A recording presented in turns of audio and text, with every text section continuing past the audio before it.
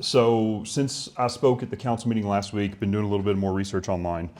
Mayor Blong, back right after you won election, read an interview that you gave with the Midland Reporter Telegram and said one of the things you ran on was fiscal responsibility, transparency, and conservatism. How is $2.1 billion debt fiscally responsible or transparent?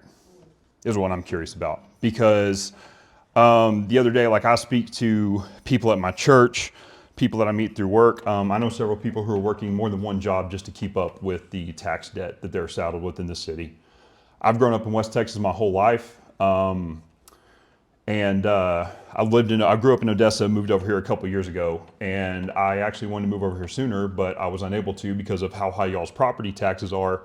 The type of house I wanted to be able to afford, I wouldn't have been able to afford over here because y'all's property taxes are too high. Last week after the meeting that I spoke, Mr. Gonzales came up and we had a discussion. You know, he said y'all were able to lower the tax rate, like 1 cent per $100 or whatever it was. My question is, why can't we lower it more? Why can't we give people in this city a break? People are bleeding. People are hurt. People, there's a statistic that came out last week. American citizens are now paying more in taxes than they are in food and clothing. So the reason that people are in debt, and another remark that Mr. Gonzales made was that, well, if you own a house, you own a car, whatever it may be, you're in debt. Debt's a part of life. Just basically told us to accept it. And the two problems I have with that is, one, it's kind of hard for Mr. Gonzales, who I did some online research on. When he left his last job as city manager of El Paso, he got almost a $900,000 severance package for leaving that job. So someone that makes that kind of money, I'm sorry, but you don't understand debt and taxes the way that the rest of us do. My other question is in regards to, and if that's the attitude of a city manager, well, just kind of accept it. I mean, that's really not acceptable. I mean, it's ridiculous how high the taxes are. And now we're looking at more and more tax hikes when this bond passes through, because then we'll be paying taxes on that. I'm about to start paying more property taxes because I live in the area that Costco is going in. And yeah, it seems like a great thing, but once it drives up the value of homes and the taxes are already super high, it's just going to drive them up even more. And the last remark I'd like to make is, since we haven't gotten any transparency or any answer on it last week, what's been done about the employees who were trespassing and committing theft on people's property on the city taxpayers' dime and using taxpayer-funded resources? Has anything been done? Our city staff has gone and visited with those homeowners where we were able to show, so we have GPS on all of the city-owned vehicles, and so we were able to see where those places were. And city staff went to those locations and brought them a sign and made sure that we apologized, and we've taken responsibility for that. Okay. But my question is you have city-paid employees who are committing crimes. So if I come and work for the city, can I trespass on people's property and steal their stuff? Okay, that's why. Then why do they still have jobs? That's my question. Because as far as I'm concerned, I knew a guy. I went to school in Abilene at Hardin-Simmons University, and while I was there, I worked at a fast food chain, and there was a gentleman there who he actually lost his job because they caught him stealing money.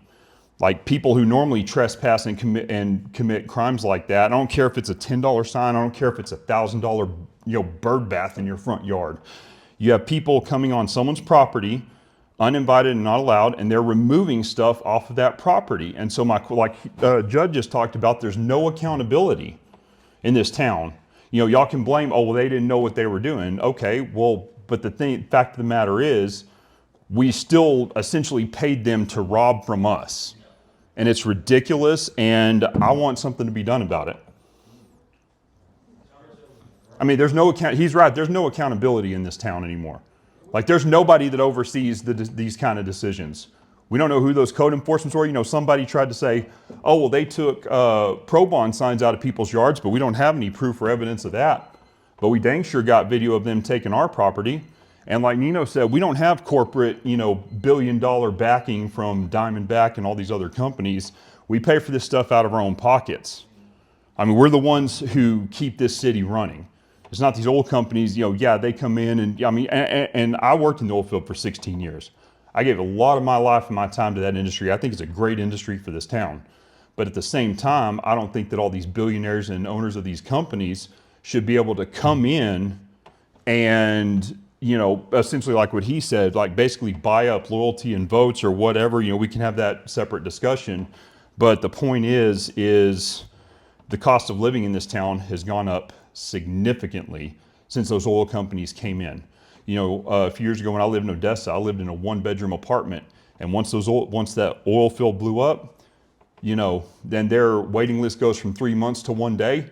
Guess what? They can, and I understand that's a private enterprise that doesn't have nothing to do with y'all. But just like with the city, y'all could keep raising our tax rates if you wanted. And if I can't afford to live in that home anymore, well, you know, screw me. I guess I'll just have to go live in a trailer out in the middle of nowhere because I can't afford to live in the city anymore because the taxes are too high. But I mean, you know, nothing's being done. I mean, yeah, you know, we can lower the tax rate a penny per $100 or whatever Mr. Gonzales told me it was. To me, that doesn't mean anything. Why don't y'all lower our tax rate by half? We're already $2.1 billion in debt, which means y'all are spending more than y'all are taking in as it is.